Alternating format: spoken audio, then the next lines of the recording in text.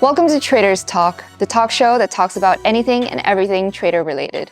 I'm Emily Elizabeth, your host, and it's lovely to see you here today. So for this second episode of Traders Talk, we aim to explore the parallels between high-level competitive fighting and trading, possibly uncovering similarities, common traits, mindset, and strategies. So in-house today, we have a very special guest. Please meet Jace Law, a professional MMA fighter from Sarawak. He's the MIMA 3rd, is that right? MIMA 3 lightweight champion, IMAF 2017 Team Malaysia athlete, and he also set the record with the fastest KO in One Warrior Series history. Please meet Jace Law. Hi, nice to meet you guys. It's actually Jace Law, not Lao. I'm sorry? It's actually Law, not Lao. Oh, I'm so sorry, Jace Law. It's fine. Okay, and our second and third guests today are co-founders of X Capital and TradeX Prop. Please welcome Dixon and Obi-Wan, or Wan. Okay. So Jace, can you share with us a little bit about your background? Maybe share with us your journey that has brought you to where you are today. Okay. I started training MMA back in 2014, I think. I started out in Muay Thai, and from there I chose to do MMA locally here in Kuching in Gym Box, which no longer has the fight club. So my journey started from there, and then fighting in the Southeast Asian region, and yeah, that's about it, I guess. Like keeping it short. Are you still fighting now? Currently, no. Okay. I'm semi-retired, because I'm coming back to fight probably next year. But that's actually a lot of titles, man, that you own right now. Right? I mean, the fastest KO in what, one Warrior Series? Yeah, One Championships, One Warrior Series. I had the fastest knockout in 6 seconds. 6 seconds? Yeah. It's crazy, dude. Yeah. It's crazy. It was back in 2019. Yeah. 2019. Yeah. I mean, what was your life like after that, having established a new world record? How was that like for you? It's always been the same. I never think too much about the publicity or not. I just wanted to improve my fighting abilities in terms of mixed martial arts, and I'm always training. And I think it's more of a lifestyle for me. Yeah, It wasn't about the money. It wasn't about the fame. It's just wanting to better myself every day. Yeah. Can I ask, what was your mindset going into that fight where you got that record? Was it like, okay, this guy I can whack in 6 seconds, or what was your mindset? Oh no, my mindset in coming into any fight, I never look past my opponents. I've always trained to the best of my abilities, and I never look past my opponents, and I always think that it would be the hardest fight. So I gave it my all. I didn't expect to knock him out in 6 seconds though. So it was like do my best, and if it comes, it comes. Nice. I'm not gonna like look past anyone. Awesome. Yeah. Awesome. Yeah. So let's dive into your training and prep routine. What's that like for you, and how can you relate it? I'm sure you do a little bit of trading, right? Yeah, I How do would you understand relate training. the two? If I had to put it into one word, I think it's discipline. Yeah, it's just the same in trading, right? You have to control your emotions, and sometimes when the trade is there, and if your strategy does not line up with your strategy, even though your emotion is telling you you got to go for it, I think you should just stick to your Tuition. your strategy and not go for it. It's just the same for in terms of training. Like sometimes I might feel lazy, or I might feel under the weather or whatnot, but I will still go for the training because it is something that has to be done. So that's the mindset. It just has to be done. So we stick to a system. So it is easier that way, I guess. Right? Same goes for trading, I presume. I mean, I'm sure you have your down days too, right? Everyone has their down days. Yeah, So I mean, like, how do you like overcome that? Like, what sort of routine do you have? So for example, if I was supposed to train at this certain time, right, and I don't feel good, I'll probably go for a lighter training. Okay. But I'm not gonna skip it. But you're still gonna just do it. I'm just gonna do something just to keep myself going, but not totally skip it. Yeah. Okay, let's say the day when you step into the ring that you had the knockout, right? The 6-second knockout. Yeah. Before you step onto the ring, will you have a rush of adrenaline, or what sort of emotion are you feeling, right? Excitement and fear. Excitement and fear, right? Yeah. It's actually the same chemicals, right? It's the same kind of. It's like you're excited but scared at the same time. I'm pretty sure a lot of fighters can attest to this. That no matter how many fights you've had under your belt, you'll always feel that fear going into a fight because no matter what, it's still a fight. Like your opponent is trying to knock your head off, and you're trying to do the same, right? So there's gonna be fear there, no matter how good you are. And of course, the excitement of going in, stepping into the ring, and or the cage, and showing your and fighting to the best of your abilities, and showing everyone what you're capable of after like 3 months of training camp. It's also very it's exciting at the same time, you know. Yeah. I think it's exactly like trading, right? Yeah. Basically like it's a zero-sum game, right? In a fight, trading, I mean, every time we step into the market, definitely we will feel the sort of, before we even push the button, right? Yeah. You feel the emotion or the excitement and the fear. It's actually there. So you mentioned something about having down days, right? And you still kept pushing through. So let's talk about like mindset and mental toughness. Like what's essential to you to keep yourself going despite having those days where, you know, you're under pressure, you're kind of like struggling to meet expectations? It all comes down to discipline. In simple terms, like discipline keeps you going even though you don't want to. It's just as simple as like you gotta get this done, so get it done. So my life is more simple now. Like every morning I get up, even though I feel like I'm lazy, I gotta get it done, and that's how I do it. Kind of relates to what we talked about in episode 1, where, you know, Yeah. you were talking about like how, you know, you are your own boss when it comes to trading. So if you don't do it, if you don't get, you know, things done, you're not going to achieve anything. And you can't leave the door to excuses. You can't let it Yeah. open even a little bit. The same goes to like personal training. I'm sure you personal trainer as well, right? Yeah, I do a bit of Yeah, personal once- training on the side. Yeah. Once you open the door to having excuses like today I feel a bit not right. Maybe I should be taking a rest instead. That's not the right step to take. Because once that door opens, it's just gonna open more and more every single day. So you just have to get through it. Just give yourself a little bit of slack, right? Yeah. I mean, I'm sure like for Yeah. Jace, if he gave himself some slack before the match, right? What's the outcome? Yeah. Right? It's gonna get beaten out, dude. Yeah, Come on, definitely. man. Definitely. Definitely. Right? Yeah, especially for fighters, we have to cut our weight. Uh-huh. So we have to yeah. cut our weight. So the diet leading up to the fight and to the weigh-ins, right, is actually more brutal than the fight itself. If Okay, you the ask diet me, is more brutal. the diet and the cutting of weight. Uh-huh. Because for example, like nobody fights at their natural weight. Everybody fights like a weight down. Okay. So cutting weight, you got to follow a program, right? For example, I have to water load like a week before, and leading up like a month before leading up to the fight, I got to watch my diet. I had to like keep it down to like low carbs, high protein, and that's where the mental toughness comes in because your cravings come in, and it's you're having battle with your own self, thinking like, oh, but should I just give up, you know? And then fight week, especially the week before the water load, I can actually cut 5 kilos in 5 days. In 5 days. In 5 days, and I'll just drain myself out of water, and I'll look like a corpse by the time I weigh in. So I think that's the hardest part. So that going through that, right, it applies to like when I'm off season. That kind of discipline and mentality, right? It keeps me from like being able to control my food intake. And if I feel like, oh, I'm getting a bit fatter now or more sluggish or whatnot, I can adjust back to keeping my diet more controlled, if that makes sense. So speaking of diet, this is probably like a little bit off topic, but I think it kind of relates again. So Hari Raya just passed, and you know, obviously before Raya, everyone fasts. So I find fasting pretty interesting, and after doing a lot of research into it, I found something this year that kind of really made me realize, you know, if you can fast and if you can go on a really strict diet and you actually starve yourself of your cravings and your needs, your fleshly needs, you can actually do anything in life. Because if you can refrain yourself from something as simple as that, something as, I don't know, you know, given to those simple pleasures, then you can overcome other pleasures in life. And I think, you know, it goes with discipline. Yeah. If you keep pushing through, you'll get to where you need to be. Yeah, it's true. I think one could actually add some to that. He definitely. actually did fasting. Yeah, I mean, it's the same thing. You know, you just need to get it done. You don't think about it. So you just get it done. Your trainings, get it done. your back testing, your journaling, get it done.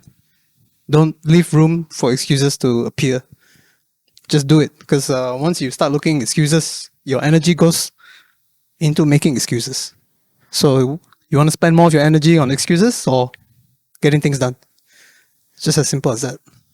Yeah, I think in terms of fasting, right? It's more towards delayed gratification. Like you start first, to achieve something in the long run. Yeah. Like instead of, for example, there's an ice cream there, right? I'm not gonna have the ice cream because I'm working towards a body goal, like a physique goal or something like that. But if I take that ice cream, right, it's gonna delay my bigger goal. Mm. Yeah, you know what I'm saying? Yeah. So it's called delayed gratification. We can hold off the small treats and whatnot for a bigger goal. Yeah. Yeah. Yeah, I think that goes for the same. Goes the same for trading. Like sometimes we have to hold off a trade, or maybe hold on to a trade longer to get more profits in rather than closing it too early or something like that, right? But I like the way how Jace put the delayed gratification, right? Mm. For me, my understanding previously, delayed gratification is like, okay, I'll just enjoy it later on, But let's say if he had the ice cream at the time, it actually delayed his gratification. You get what I mean now? So I mean, it's cool. It's a very cool concept. And it's not even just delaying it. It could actually risk his potential of actually reaching to the bigger goal. Yeah. So let's talk about adaptability and flexibility. Like, how do we practice that in your line of work, but also in trading? Adapting to like the day-to-day life. Yeah, or something? day-to-day life, and probably even like, when you're in the middle of a fight, having to adapt and change your strategies along the way. Maybe you can talk a bit about that. Okay. Okay. I'll start with talking about like in the cage or in the ring itself, right?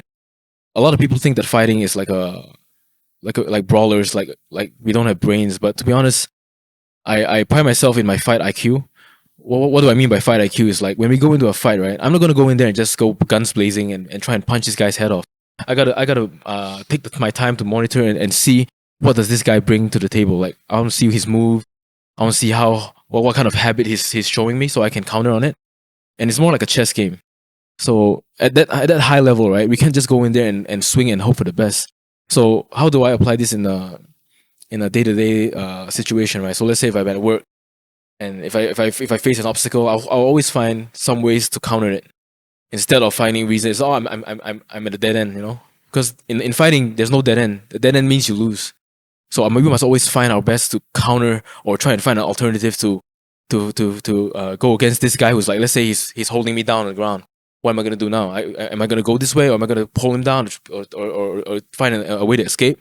There's always an option, but giving up is the last one. It's never an option, to be honest.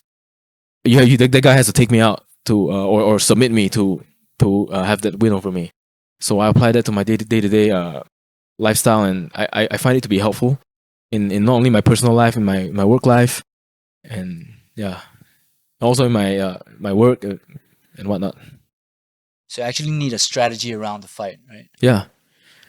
Yeah, to be honest, before fighting, I always study my opponent, and I see what kind of style he uses and what kind of habit he does, so I can capitalize on it in the actual fight, and I can train for that to minimize my chance of losing and injury, and maximize my chance of winning. That's Yeah.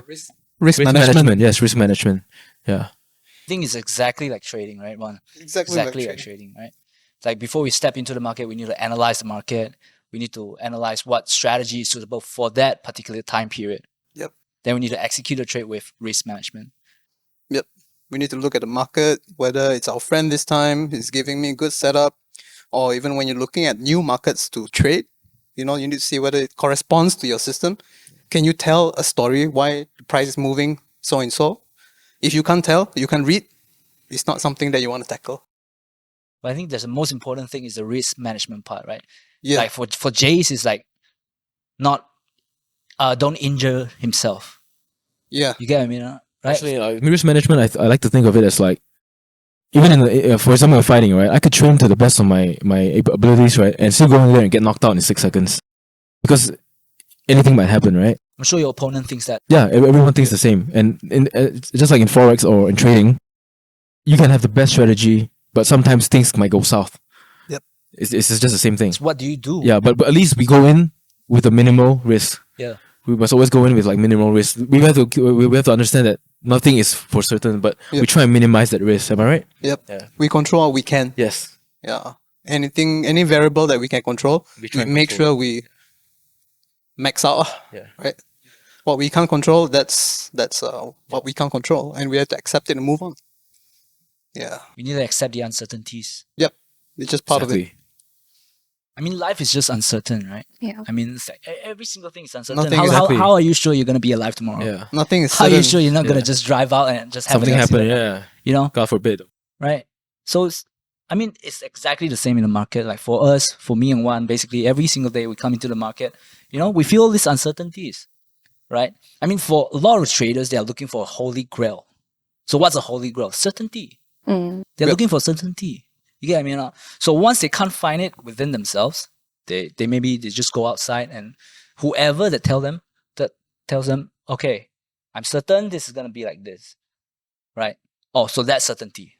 So maybe you have the holy grail, you have something that I don't know, then maybe I'll follow you. You get what I mean? Right? But let's say if it turns south, like what Jay said, right? Yep. They have someone to blame on. But us traders, for example, right? Or like for Jace, if you lose a fight, you lose a fight. I mean, how can you come over that? There's no excuses, right? It's not like after the post fight interview, you can say something like, "Oh, because I didn't watch my diet," Yeah. or maybe my knee hurts before this, all We that. only have None of ourselves that to hold bullshit. accountable for. Yeah. Yeah. You need to hold yourself accountable. Okay, so let's say for you, when you lose a fight, how do you move on? Have you lost a fight? Losing a fight, for me, a lot of people like to say, "Oh, it's either you win or you learn," right? But for me, I take it as it is. It's either you win or you lose. But from that loss, we build character, we build strength. It's how you overcome that loss. I'm not gonna lie and say, "Oh, I got a participation trophy." If I lost, I'll just admit it. Yep. Like, it's okay. We'll move on.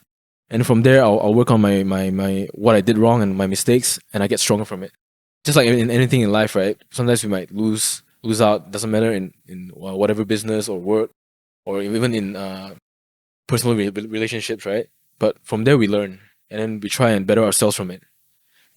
Awesome. Just like from in trading, I also used to trade last time, and then if let's say this strategy doesn't work, I'll try to maybe tweak it to the best of it, and try and change to make it as to suit my kind of trading style as best as it can. So if let's say it cannot, then I'll try and find another strategy. Not just I'm gonna give up on this. You know what I mean? Yeah. Yeah. Accepting losses. Yeah. Mhm. Accepting losses like a man. Like a man. Indeed. Like a man, you have to be a man. And a woman. Okay, so now that We don't wanna offend anyone here. Okay, so accepting losses, now that we've mentioned that, I think it's important that, we don't preach too much about pushing past anyone's mental, how would you put that? Push too far beyond our limits. Yeah, I think it's important that we don't preach, toxic positivity here. So on days that you are down and you feel that you actually need a break or you need to step back to actually, build yourself back up again, what do you actually do to build your your Confidence. self-confidence back up again to come back 100%? I believe preparation is confidence. From preparation, you get your confidence.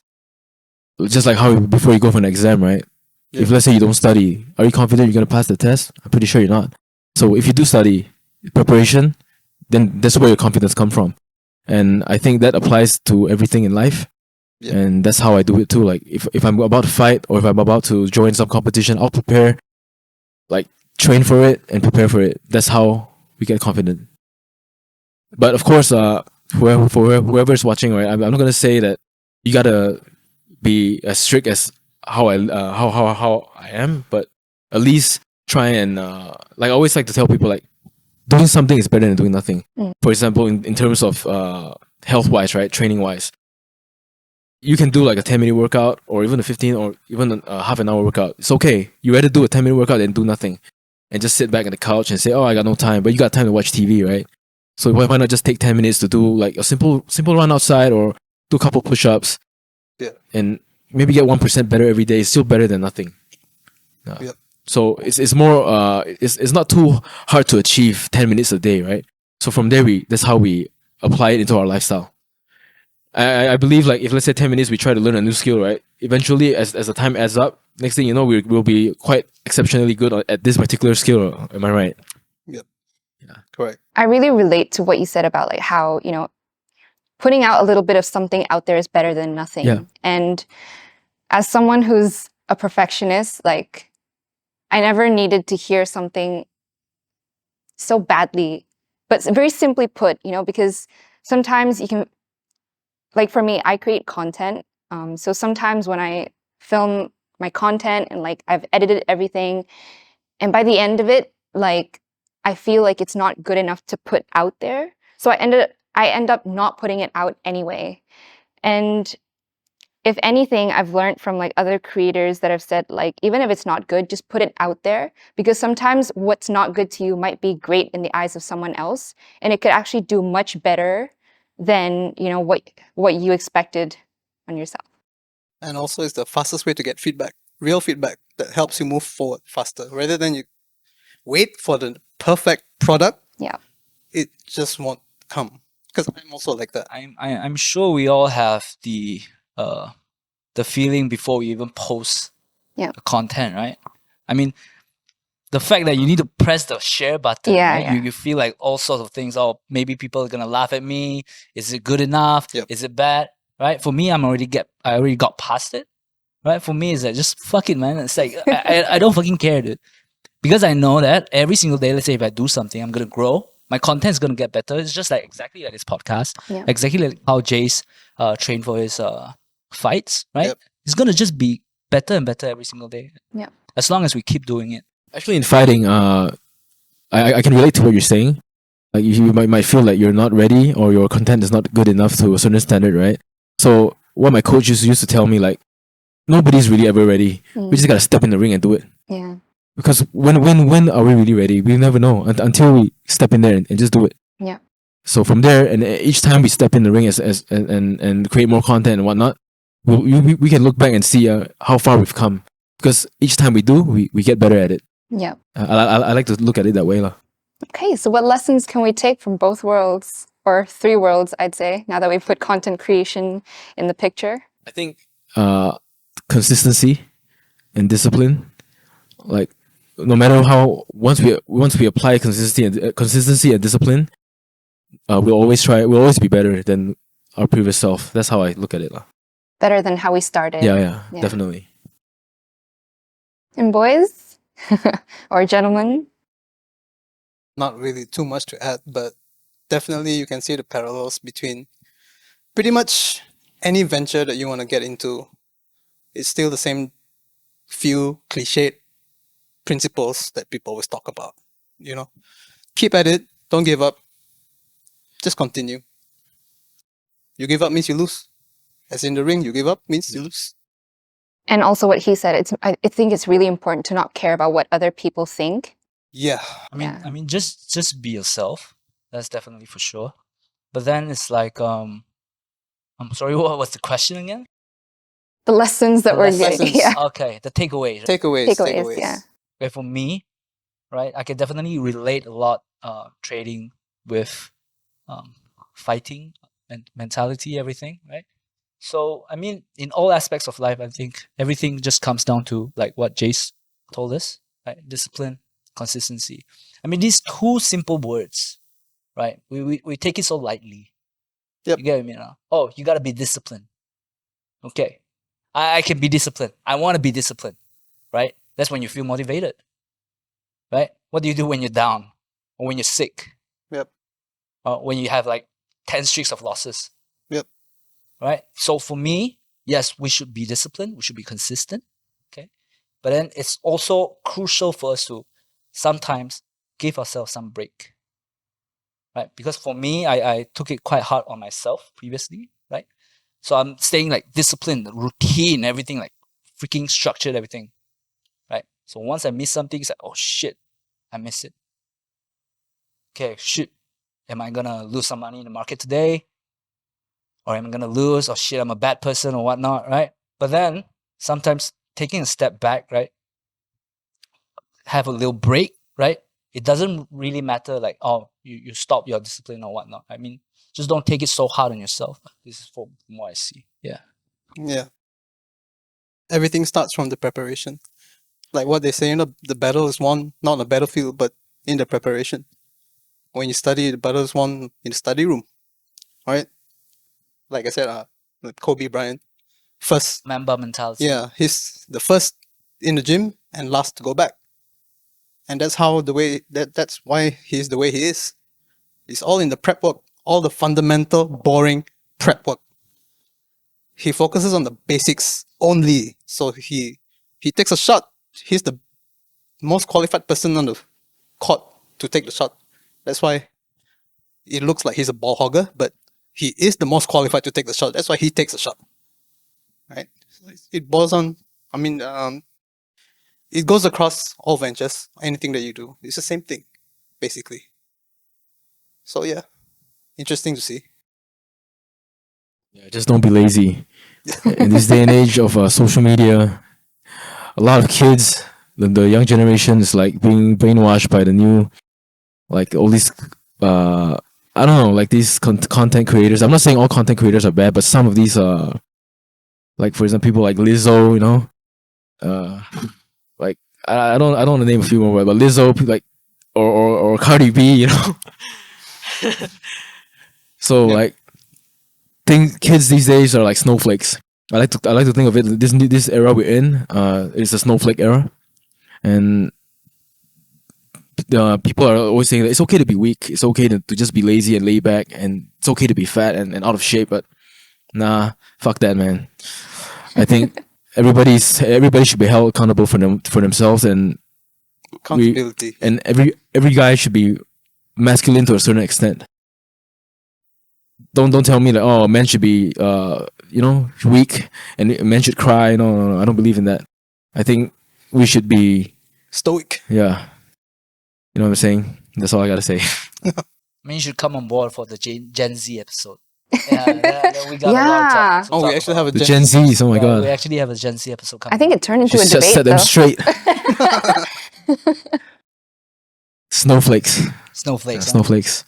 You got to tell them how it is. I think it's never too late to start anything. Doesn't matter. Age is just a number. If you tell yourself it's too late, then it's too late. But Yep. you know what I mean? Yep. But most importantly, don't be lazy, and don't be yeah. Yeah, don't be snowflakes. Be Don't accountable. be Be accountable. accountable. Accept your losses, right? Do something for yourself. Don't be a bum. Don't be a brokey. Don't be a brokey. Somebody Don't gotta be flip the brokey. burgers. Well, what an insightful episode. Thank you so much, guys. And thank you, Jace, for making the time for being with us here Thank today. you for having me. So that's all for today. Thank you so much for watching. We hope it's been as beneficial to you as it has been for us in this sharing session. We hope to see you in the next one. Don't forget to follow our page, like, subscribe, and leave a comment if you have any questions. We'll see you in the next video. Bye.